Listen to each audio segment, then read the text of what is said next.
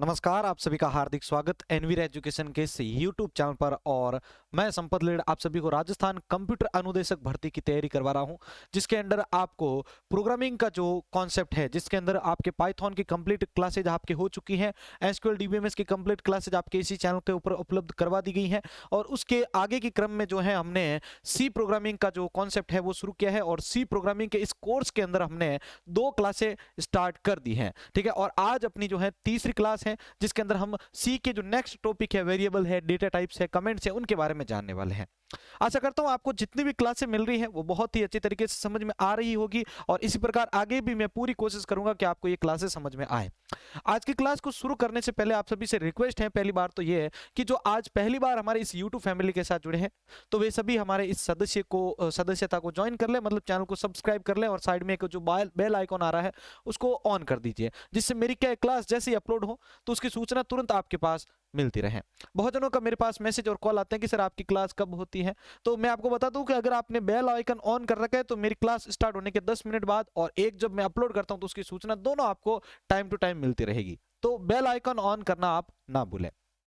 और जो कैंडिडेट पहले से ऑलरेडी हमारे साथ हैं, तो उनसे यही रिक्वेस्ट रहेगी कि आप हमें बोनस पॉइंट के तौर पर इस वीडियो के ऊपर कम से कम 5 शेयर करने हैं आपको। ठीक है ना, इसको 5 लोगों तक आपको शेयर करना है। मैं मान लूंगा कि आपने अपनी ईमानदारी से हमारे साथ सपोर्ट किया है, आपने अपना काम किया है। चलिए शुरू करते हैं आज की इस क्लास को। तो सबसे पहले मैं आपको बता देता हूं कि आज का अपना जो पहला टॉपिक रहेगा वो रहेगा डेटा टाइप्स के बारे में। ठीक है, डेटा टाइप्स, वैसे ये चीजें कल हमने देखी भी थी, लेकिन आज मैं वापस इस टॉपिक को यहां से शुरू कर रहा हूं ताकि आपको वापस थोड़ा रिवाइज भी हो जाए और इसको आगे के जो टॉपिक होंगे उसको समझने में भी हेल्प मिलेगी। चलिए मैं आपको यहां पर बताता हूं। मेरे पास क्या है, बेसिकली सिंपल सा समझिएगा कि डेटा और टाइप क्या है, डेटा टाइप्स क्या होते हैं। मेरे पास क्या है कि कुछ वैल्यूज है, एज है 25, नेम है सानवी, हाइट है आपका 5.9 इंच है, और जेंडर है मेल या फीमेल, जो भी आप इसके अंदर ऐड करना चाहें। ये कुछ डेटा है या कुछ वैल्यूज है मेरे पास। इन सब वैल्यूज को हम सी लैंग्वेज के अंदर क्या कहते हैं भाई, डेटा कहते हैं। क्या कहते हैं, डेटा कहते हैं। लेकिन आपने एक चीज इसके अंदर, इन सभी के अंदर जो है गौर की होगी कि ये सब जो डेटा है इसको हम प्रोग्रामिंग में डेटा कहते हैं, लेकिन ये जितना भी डेटा है वो सारा का सारा अलग अलग टाइप का है। ठीक है, ये अलग अलग टाइप का है। जैसे एज जो है वो इंटीजर प्रकार की है, ठीक है, ये स्ट्रिंग है, यहाँ पर ये फ्लोट वैल्यू है, ये सिर्फ कैरेक्टर है। तो ये सारा का सारा जो डेटा है वो अलग अलग टाइप का है। तो सी प्रोग्रामिंग में क्या होता है कि इन्हीं अलग अलग टाइप के डेटा को हैंडल करने के लिए अलग अलग टाइप के प्री डिफाइंड डेटा टाइप दिए जाते हैं। जैसे यहाँ पर ये इंटीजर है, स्ट्रिंग है, फ्लोट है और कैरेक्टर है। तो इनको हैंडल करने के लिए कुछ प्री डिफाइंड डेटा टाइप्स होते हैं जो आपको हेल्प करते हैं प्रोग्राम के अंदर डेटा को इनपुट और आउटपुट के टाइम, और डेटा को जो है वेरिएबल डिक्लेयर करते हैं, या डेटा को जब भी आप स्टोर करवाते हैं तो वहां पर सबसे ज्यादा ये हेल्प करते हैं डेटा टाइप्स। तो आपको ये समझ में आ चुका होगा डेटा टाइप्स क्या होते हैं। ठीक है ना, अलग अलग जो टाइप का डेटा होता है उसको हैंडल करने के लिए प्री डिफाइंड पहले से डेटा टाइप होते हैं। ठीक है, सी लैंग्वेज के अंदर, और कोई भी प्रोग्रामिंग के अंदर जाओगे तो ये डेटा टाइप का कॉन्सेप्ट बिल्कुल सेम रहेगा, ध्यान रखिएगा। इसलिए मैं आपको बोलता हूं कि हमेशा जो कोर कॉन्सेप्ट होता है, बेसिक कॉन्सेप्ट, उसको अच्छे से समझ के फिर आगे बढ़ा करें। चलिए देखिए, डेटा टाइप यह निर्धारित करता है कि वेरिएबल या एरे में किस टाइप का डेटा स्टोर होगा और वह मेमोरी में कितना स्पेस जो है वो रिजर्व करेगा। एक आपको ये भी माइंड में क्वेश्चन आ रहा होगा कि आखिर हम डेटा टाइप का यूज क्यों कर रहे हैं। ये चीज तो आपको पता चली है, लेकिन देखिए जब डेटा टाइप का नॉलेज आपको होगा और इसको डिक्लेयर करने के बारे में आपको पता होगा, तो आप ये पहले से ही डिसाइड कर सकते हैं कि मेमोरी में जो डेटा जा रहा है, ठीक है, मेमोरी में जो डेटा जा रहा है वो डेटा जो है आपके किस टाइप का होगा। जैसे आपने यहां पर लिखा ये आर, तो ये जब इसके अंदर भेजा जा रहा है तो इस मेमोरी को आप बता सकते हैं, इस लोकेशन को आप बता सकते हैं, इस वेरिएबल को आप बता सकते हैं कि ये कैरेक्टर डेटा है। तो आपको इसको अंदर भेजने में, मतलब यहां पर स्टोर करने में भी हेल्प मिलेगी। अच्छा, कल मैंने आपको डेटा टाइप की साइज भी बताई थी, तो अगर आपको इन डेटा टाइप का नॉलेज होगा तो आप इनको स्टोर करने से पहले इंटीजर और कैरेक्टर लिखते समय ध्यान रखेंगे भाई ये स्पेस यहाँ पर इस कैरेक्टर 1 बाइट लेता है, इंटीजर 4 बाइट लेता है, तो वो भी इसके बारे में आपको नॉलेज हो जाएगा। तो डेटा टाइप अगर आप यूज करते हैं तो डेटा टाइप जो होता है वो बेसिकली ये जो है डिसाइड करता है कि जो डेटा अंदर भेजा जा रहा है वो किस प्रकार का है और वो अंदर जाके मेमोरी में कितना स्पेस जो है वो लेगा। ये चीज इसके अंदर आती है। चलिए मैं थोड़ा सा आपको और आगे ले जाना चाहूंगा, और अब हम बात करेंगे सी में डेटा टाइप के प्रकार। सी लैंग्वेज में डेटा टाइप के 2 प्रकार है, एक तो है प्रिमिटिव डेटा टाइप ठीक है, और दूसरा है आपका डिराइव्ड डेटा टाइप, जिसको यूजर डिफाइंड डेटा टाइप भी कहते हैं। अब हम एक एक करके समझते हैं। सबसे पहले आपको मैं बताना चाहूंगा प्रिमिटिव डेटा टाइप्स के बारे में। तो देखिए, प्रिमिटिव डेटा टाइप को primary data type, fundamental data type, built in data types या बेसिक डेटा टाइप्स भी कहते हैं। आगे देखिएगा, यहाँ पर देखिए भाई, ये सारे नाम आपको मैंने कल बताए थे, वैसे ये पहला टॉपिक आपको समझा देता, समझ जाइएगा इसको अच्छे से, ठीक है ना। प्रिमिटिव जो डेटा टाइप होता है उसको हम primary data type, fundamental data type, built in data type और बेसिक डेटा टाइप भी कहते हैं। इनमें से एक भी नाम आए तो भी आप उसको मान लीजिएगा ये प्रिमिटिव डेटा टाइप ही है, ठीक है। अब यहां पर आप देखेंगे तो प्रिमिटिव डेटा टाइप मुख्यतः 4 प्रकार के होते हैं। कौन कौन से? इंटीजर, कैरेक्टर, फ्लोट और वॉइड। इनका जो प्रयोग होता है वो होता है वेरिएबल के डिक्लेरेशन के टाइम। मैंने एक सिंपल सा, अभी वेरिएबल का वैसे टॉपिक आगे है, लेकिन मैं एक सिंपल सा आपको हिंट के तौर पर बताना चाहूंगा कि वेरिएबल जो होता है वो किसी एक मेमोरी के अंदर जो डेटा स्टोर कर रहे हो तो उस जगह को दिया गया एक नाम होता है वेरिएबल। और इसको नाम देते समय कौन कौन से रूल्स याद रखने चाहिए तो वो मैंने आइडेंटिफायर्स के अंदर आपको पढ़ाए हैं, जो लास्ट हमारी क्लास थी उसके अंदर, ठीक है। आगे देखिए, यहाँ पर ये वेरिएबल डिक्लेरेशन, फंक्शन के रिटर्न टाइप आदि में हमारे हेल्प करते हैं, जिनके बारे में हम आगे आने वाली क्लासेस के अंदर डिटेल में जानने वाले हैं। लेकिन अब यहां पर देखिए आप कि इन टॉपिक्स को पढ़ने से पहले मैं आपको एक और टॉपिक समझाना चाहूंगा, जो है साइन क्वालिफायर के बारे में। ये साइन क्वालिफायर क्या होते हैं जानिए। साइन क्वालिफायर बेसिकली किसी सी लैंग्वेज के अंदर प्रोग्रामिंग में 2 प्रकार के होते हैं। एक होता है साइंड, एक होता है अनसाइंड। आपने सुना होगा signed data type, signed integer data type, unsigned integer data type, ठीक है ना। तो ये जो साइंड और अनसाइंड जो है, ये चीज आपको एक ध्यान रखनी है कि साइंड और जो अनसाइंड होता है वो बेसिकली इंटीजर और कैरेक्टर डेटा टाइप के ऊपर अप्लाई होती है। ध्यान रखिएगा, ये जो रूल्स होते हैं, ये दोनों साइन क्वालिफायर ये इंटीजर और कैरेक्टर डेटा टाइप के साथ यूज होते हैं। अगर इन डेटा टाइप के साथ कोई साइन क्वालिफायर यूज नहीं हुआ है, यानी आपने जैसे लिखा है इंटीजर और a बराबर 20 मान लिया, इसके आगे आपने मतलब नहीं लिखा है जैसे वैसे आपको अगर आप लिखते हो इसके आगे साइंड वगैरह, ठीक है ना, अगर आपने इसके आगे नहीं लिखा है तो वो डिफॉल्ट जो है वो साइंड डेटा टाइप माना जाएगा, ठीक है। किस प्रकार का माना जाएगा? साइंड डेटा टाइप माना जाएगा, ध्यान रखिएगा। लेकिन अगर यहां पर आप थोड़ा सा इसको और ध्यान से देखेंगे, ठीक है, ये तो बताता है कि आपने इसके आगे लिखा है, अब वैसे आप लिखना चाहिए या नहीं लिखना चाहिए वो आपके ऊपर डिपेंड करता है। अगर मैं यहां पर नहीं लिखता हूं साइंड, तो डिफॉल्ट रूप में अगर आप इसके आगे नहीं लिखते, जैसे आप इंटीजर a बराबर 10 लिख दिया, तो ये डिफॉल्ट साइंड ही माना जाएगा। अब साइंड क्या है भाई, ये समझिए। साइंड जो डेटा टाइप होता है, जो साइन क्वालिफायर के अंदर साइन जो होता है, वो डिफॉल्ट जो है वो आपके नेगेटिव और पॉजिटिव दोनों वैल्यूज को जो है ये इंसर्ट करवा सकता है साइन क्वालिफायर, ठीक है ना। साइन क्वालिफायर के अंदर जो साइंड है वो डिफॉल्ट पॉजिटिव और नेगेटिव दोनों वैल्यू लेता है, लेकिन जो अनसाइंड होता है वो डेटा टाइप जो है वो डेटा टाइप रेंज में जो है सिर्फ पॉजिटिव वैल्यू ही लेगा, ध्यान रखिएगा। साइंड जो डेटा टाइप है वो नेगेटिव और पॉजिटिव दोनों वैल्यू ले सकता है, और अनसाइंड जो है वो सिर्फ पॉजिटिव वैल्यू ही एंटर करवाएगा। चलिए, मैंने कल आपको यहाँ पर इसकी रेंज वगैरह भी बताई थी, जिसको एक बार मैं शॉर्टली आपको बता देता हूँ। इंटीजर डेटा टाइप है वो 4 बाइट लेगा, और ये फॉर्मेट स्पेसिफायर आपको याद होना बहुत ही अत्यंत ही जरूरी है। देखो एग्जाम में अगर कोई क्वेश्चन आता तो उसके अंदर आपको वहां पर इंटीजर दे रखा है, वहां पर %c दे रखा है, तो वहां पर आप इसका एरर बता सकते हैं कि भाई फॉर्मेट स्पेसिफायर इंटीजर का क्या होता है, डी, यानी ये इनपुट और आउटपुट के टाइम आपको ये यूज करना जरूरी है, नहीं तो आउटपुट के अंदर प्रिंट आपको नहीं दिखेगा। अनसाइंड इंटीजर के लिए यू, शॉर्ट के लिए क्या है, डी, इसका डेटा टाइप क्या है, जो इसका साइज जो है वो है 2 बाइट, अनसाइंड शॉर्ट जो है उसका है 2 बाइट, और इसके लिए आपको %u यूज करना पड़ेगा। लॉन्ग के लिए साइज है आपका 4, और इसके लिए आपको %d यूज करना पड़ेगा। अनसाइंड लॉन्ग के लिए आपका साइज है 4 बाइट, और ये सारे जो साइज है वो बाइट्स में ध्यान रखना, और इसके लिए %u यूज करेंगे। कैरेक्टर के लिए साइज है 1 बाइट, और इसके लिए %c आप जो है वो यूज करने वाले हैं। इसी प्रकार देखिए, अनसाइंड कैरेक्टर के अंदर आपके 1 बाइट का होता है साइज, और इसके लिए आप %c यूज करेंगे। फ्लॉट के लिए आप %f यूज करेंगे। डबल के लिए आप LF यूज करेंगे, L आपका स्मॉल में होना चाहिए, ध्यान रखिएगा। और लॉन्ग डबल अगर आपका होता है तो उसके लिए आप जो है यहाँ पर L कैपिटल में यूज करेंगे, और F यहाँ पर क्या स्मॉल में यूज करने वाले हैं। तो ये कल हमने डिस्कस किया था। अब इसके आगे का जो टॉपिक है अभी हम शुरू करते हैं, वो है आज का टॉपिक डिराइव्ड डेटा टाइप, यानी दूसरा डेटा टाइप। तो डिराइव्ड या यूजर डिफाइंड ये दोनों सेम है, ध्यान रखना। डिराइव्ड या उसको यूजर डिफाइंड डेटा टाइप भी कहते हैं, जिसको यूजर खुद बनाता है अपनी आवश्यकता अनुसार। तो वो डेटा टाइप जो एक या एक से अधिक प्रिमिटिव डेटा टाइप की मदद से यूजर द्वारा डिफाइन किए जाते हैं, उन्हें हम यूजर डिफाइंड डेटा टाइप कहते हैं। यानी जो यूजर की आवश्यकता है उसके अनुरूप हम इन डेटा टाइप्स को क्रिएट कर रहे हैं, इसलिए हम इनको क्या कहेंगे, यूजर डिफाइंड या डिराइव्ड डेटा टाइप। प्रोग्रामर द्वारा अपने प्रोग्राम की रिक्वायरमेंट पूरे करने के लिए प्रोग्राम की रीड एबिलिटी बढ़ाने के लिए डिराइव्ड डेटा टाइप का यूज किया जाता है। और यहां पर लास्ट देखिए आप, एरे, स्ट्रिंग, स्ट्रक्चर, पॉइंटर और फंक्शन, ये कॉमन डिराइव्ड डेटा टाइप है जो हम एक एक करके आने वाले वीडियोस के अंदर देखने वाले। ये सारे यूजर डिफाइंड डेटा टाइप की श्रेणी में या डिराइव्ड डेटा टाइप की श्रेणी में रखे जाते हैं। चलिए, तो यहां पर हमारा जो है डेटा टाइप का कॉन्सेप्ट क्लियर होता है। अगर यहां पर आपको समझ में नहीं आया तो जल्दी से बता दें, उसके बाद हम नेक्स्ट टॉपिक को पढ़ते हैं। और समझ में आ चुका है तो आप सभी लाइक कर दें इस वीडियो को, ताकि मैं समझ सकूं कि आपने इस वीडियो को लाइक किया, इसका मतलब आपको समझ में भी आया है।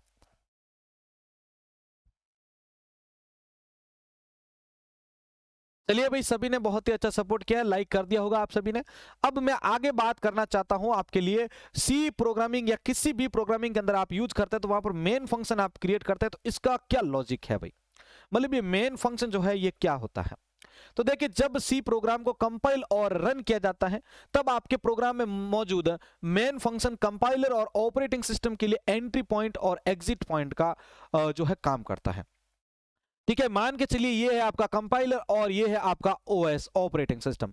तो इसके लिए डेटा को अंदर भेजने और बाहर निकालने के लिए यहां पर ये एंट्री और एग्जिट के लिए काम करता है आपका कौन, मेन फंक्शन, यानी एज एंट्री और एग्जिट पॉइंट के रूप में ये काम करेगा। यहां पर सी प्रोग्रामिंग में main function built in function होता है, यानी ये ऑलरेडी प्री डिफाइंड फंक्शन होता है, पहले से बना हुआ, जिसका प्रोटोटाइप सी कंपाइलर द्वारा प्री डिफाइंड होता है। यानी जिसके बारे में सी कंपाइलर को जो भी इसके रूल्स है, प्रोटोटाइप्स है, वो ऑलरेडी पता होते हैं कि मुझे इसको यूज अगर कोई करता है तो उसके लिए मुझे क्या करना है। ठीक है, और इसकी बॉडी, यानी ये जो बॉडी है, जैसे हमने लिखा मेन, मान लिया, मैं आगे बताऊंगा अभी, और इसके अंदर जो भी ये लिखा जाता है इस कर्ली ब्रेसेस के अंदर, यहां पर जितना भी, तो ये बॉडी के अंदर आ रहा है। तो मेन की जो बॉडी होती है अर्थात कर्ली ब्रेसेस के अंदर ही आती है। ये कर्ली ब्रेसेस होता है, ये इसको कर्ली ब्रेसेस बोलते हैं, ये ऑन और ऑफ।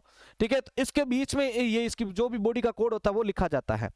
ठीक है, सी लैंग्वेज में मेन फंक्शन को डिक्लेयर करने के लिए दो कॉमन तरीके मैं अभी आपको बता रहा हूं, जिसको आप किसी भी तरीके से यूज ले सकते हैं, जो हर कोई प्रोग्रामर भी यूज लेता है और आपने भी अपने बुक्स के अंदर भी देखा होगा।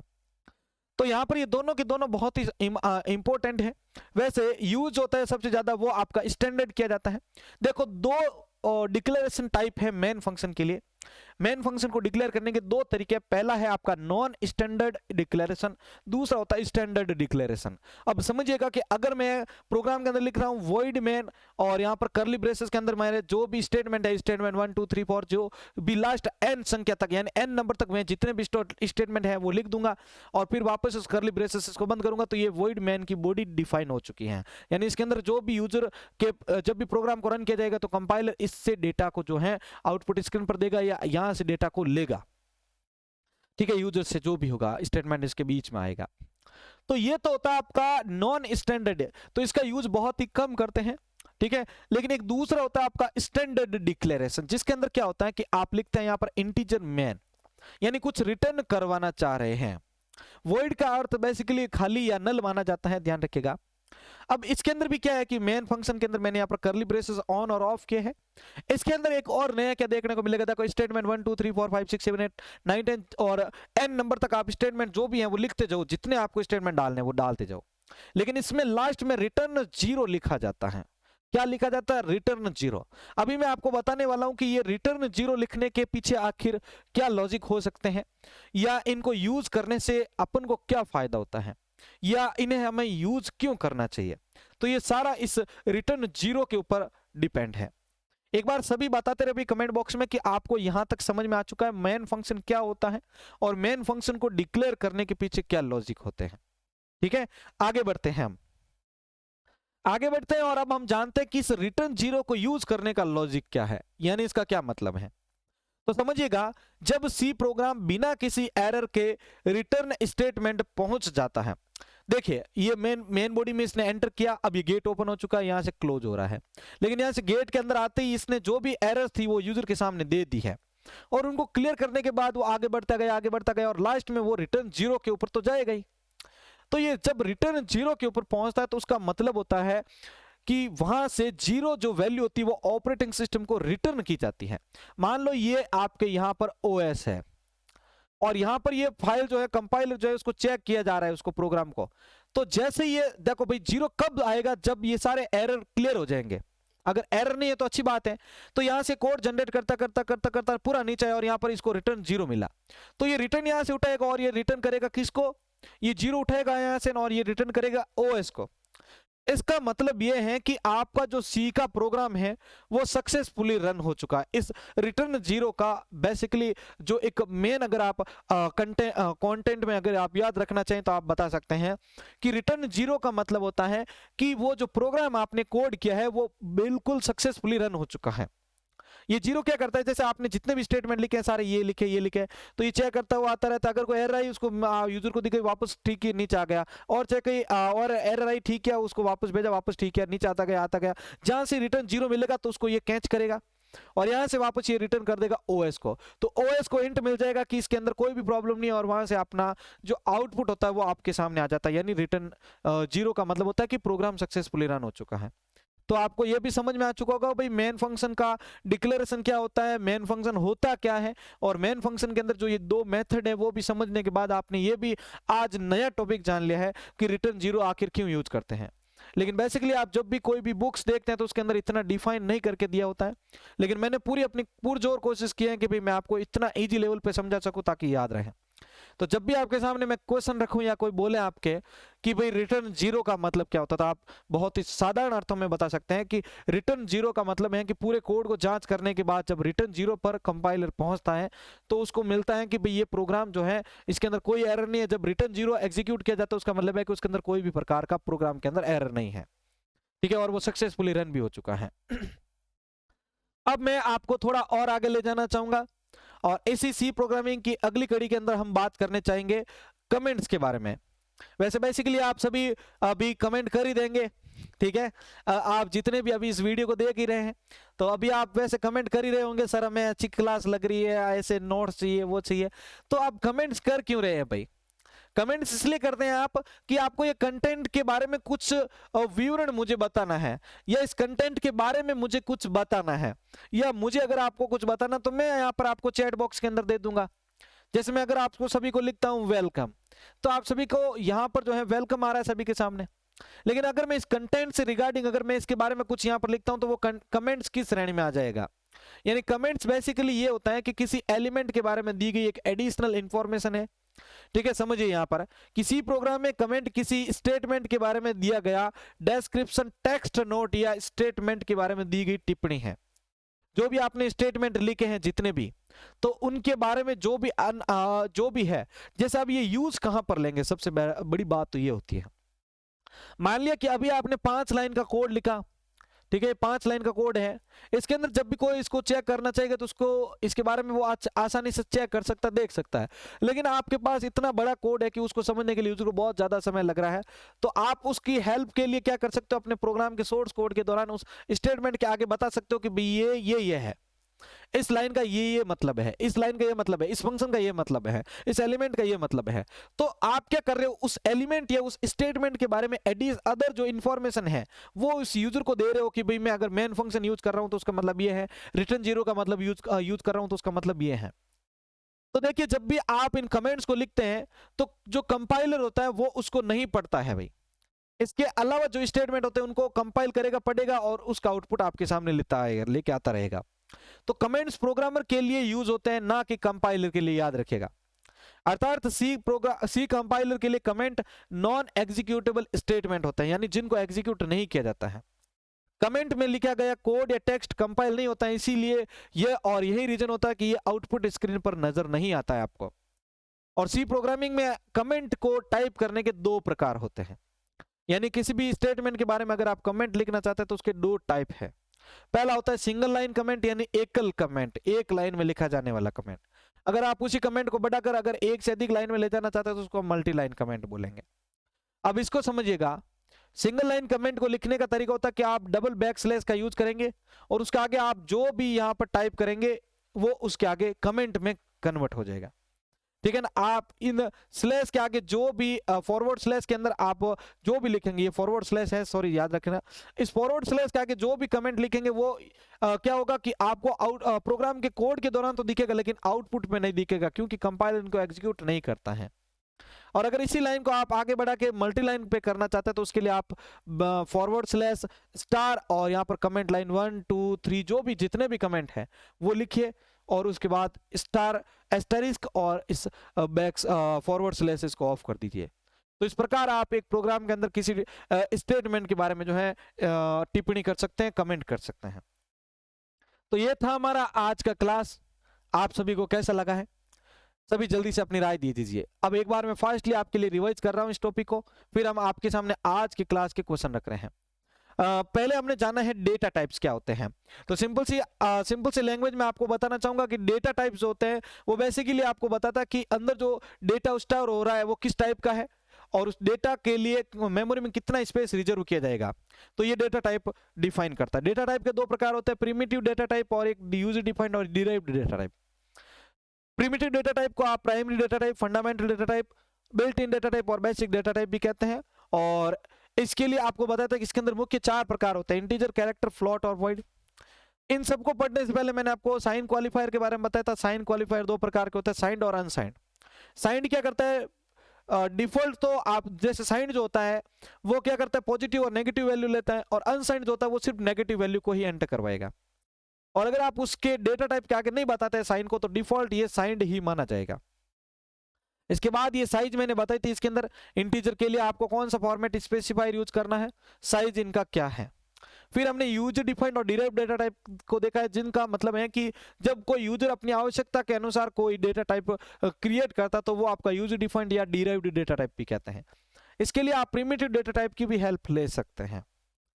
और नेक्स्ट हमने जाना था मेन फंक्शन के बारे में। तो मेन फंक्शन का मतलब होता है कि किसी भी प्रोग्राम का जब आरंभ होता है तो इस मेन फंक्शन से ही होता है, और इस मेन फंक्शन की ये बॉडी जो होती है कर्ली ब्रेसेस की, इसके अंदर लिखा हुआ कोड आपको आउटपुट के रूप में दिखाया जाता है। ठीक है। और यहां पर मैंने आपको बताया था कि इसको डिक्लेयर करने के 2 तरीके होते हैं, कि एक तो होता है नॉन स्टैंडर्ड और एक स्टैंडर्ड। बेसिकली सबसे ज्यादा जो यूज होता है वो आपके स्टैंडर्ड डेटा टाइप डिक्लेयर होता है। ठीक है, स्टैंडर्ड मेन फंक्शन यूज किया जाता है। तो यहां पर क्या होता है कि इसके अंदर आपको इंटीजर मेन यूज करना है, इसके अंदर आप जो भी स्टेटमेंट है वो सारे लिखते रहे। और यहां पर मैंने आपको बताया था कि इसके अंदर आपको रिटर्न 0 भी यूज करना है। रिटर्न 0 बेसिकली क्या होता है कि ये बताता है, ऑपरेटिंग सिस्टम को 0 भेजता है, तब ये एक फिक्स हो जाता है कि भाई आपके प्रोग्राम में एरर नहीं और प्रोग्राम सक्सेसफुली रन हो चुका है। आप इस रिटर्न के आगे 1 2 3 या जो भी है सिंबल वो भी यूज कर सकते हैं, लेकिन पहले आप इसके बारे में स्टडी कर लें गूगल से कि भाई इस रिटर्न के आगे अगर मैं 1 लिखूंगा, 5 लिखूंगा, 9 लिखूंगा, 100 लिखूंगा, जो भी है, तो उसका सिग्नल या उसका हिंट ओएस के लिए क्या है, उसके बाद ही यूज करें आप। ठीक है। उसके बाद हमने जाना है कि भाई कमेंट्स क्या होता है। तो कमेंट्स किसी स्टेटमेंट के बारे में दी गई एक अदर इंफॉर्मेशन या की गई टिप्पणी होती है। इसको लिखने के 2 तरीके होते हैं, और कमेंट के बारे में ध्यान रखना कि ये प्रोग्राम के आउटपुट के दौरान नहीं नजर आते, क्योंकि इनको जो कंपाइलर होता है वो एग्जीक्यूट नहीं करता है। तो प्रोग्रामिंग में 2 टाइप के कमेंट्स का प्रयोग होता है, एक तो सिंगल लाइन और एक मल्टी लाइन। सिंगल लाइन के लिए आप डबल फॉरवर्ड स्लैश का यूज करेंगे, और मल्टी लाइन के लिए आप फॉरवर्ड स्लैश एस्टेरिस्क और जो भी आपके कमेंट है उसके बाद यहाँ पर एस्टेरिस्क और फॉरवर्ड स्लैश का आप यूज करेंगे। तो ये आज की हमारी कंप्लीट क्लास थी, जिसका वापस रिवीजन भी आपको दे दिया है, और आने वाली क्लास के अंदर और आपको एक फास्टली रिवीजन भी दे देंगे। अब आपके सामने कुछ क्वेश्चंस लेके आ रहा हूं, जिनके आंसर आपको एक पेज के ऊपर लिखकर हमारे टेलीग्राम ग्रुप के अंदर आपको शेयर करने हैं। चलिए शुरू करते हैं आज के क्वेश्चंस। तो आज की क्लास 3rd के इंपॉर्टेंट क्वेश्चन हैं, जिनका आंसर आपको देना है। पहला क्वेश्चन है साइन क्वालिफायर क्या होते हैं। दूसरा प्रश्न है आपका सी भाषा में डेटा टाइप कितने प्रकार के होते हैं। तीसरा प्रश्न है आपके सी भाषा में कमेंट क्या होते हैं। और चौथा प्रश्न है सी भाषा में मल्टी लाइन कमेंट को कैसे लिखते हैं। पांचवा जो टॉपिक है वो है आपका सी भाषा में रिटर्न 0 का मतलब क्या होता है। ठीक है। इन क्वेश्चंस के आंसर आपको कमेंट बॉक्स में देने हैं। क्वेश्चन को वापस रिपीट कर रहा हूं। साइन क्वालिफायर क्या होता है, सी भाषा में डेटा टाइप कितने प्रकार के होते हैं, सी भाषा में कमेंट क्या होते हैं, और सी भाषा में मल्टीलाइन कमेंट अगर आपको लिखना है तो वो कैसे लिखते हैं, एक एग्जांपल देकर आपको समझाना है। और लास्ट में बताना कि अगर सी भाषा में रिटर्न जीरो आप मेन फंक्शन के लिए यूज करते हैं तो उसका अर्थ क्या होता है या वो क्या रिप्रेजेंट करता है। तो आज की क्लास सभी को अच्छी लगी है तो प्लीज आप सभी इस वीडियो को लाइक कर दीजिएगा। हमारे इस YouTube चैनल के ऊपर पहली बार जुड़े हैं तो उसको भी आप सब्सक्राइब कर दीजिएगा, ठीक है। और साइड में जो बेल आइकॉन आ रखा है उसको भी ऑन कर दीजिएगा। इसकी PDF और आपको एक और इंफॉर्मेशन देना चाहूंगा कि अब आपके लिए कंप्लीट बुक ही लाई जा रही है, जिसको आपके लिए बहुत जल्द आपको जो है हमारे ग्रुप के अंदर एक वेबसाइट का लिंक दे दिया जाएगा, वहां से जाके आप उनको डाउनलोड कर पाएंगे कंप्लीट बुक एक साथ, ठीक है। तो मैंने आपको बताया था कि हमेशा आप थोड़ा सा वेट कर लीजिए, ठीक है, क्योंकि मैं एक अकेला हूं इस पूरे प्लेटफॉर्म के ऊपर जिसमें मेरे को सभी को एक साथ लेके चलना पड़ता है, ठीक है। तो आप सभी से अभी जो है मैं अलविदा लेना चाहूंगा कि आप जो है आपकी जो आज की क्लास आपके सामने मैंने डिस्कस की आप सभी को अच्छी तरीके से समझ में आई होगी और आप इसको अपने दोस्तों के साथ भी जरूर शेयर करेंगे। जय हिंद, जय भारत।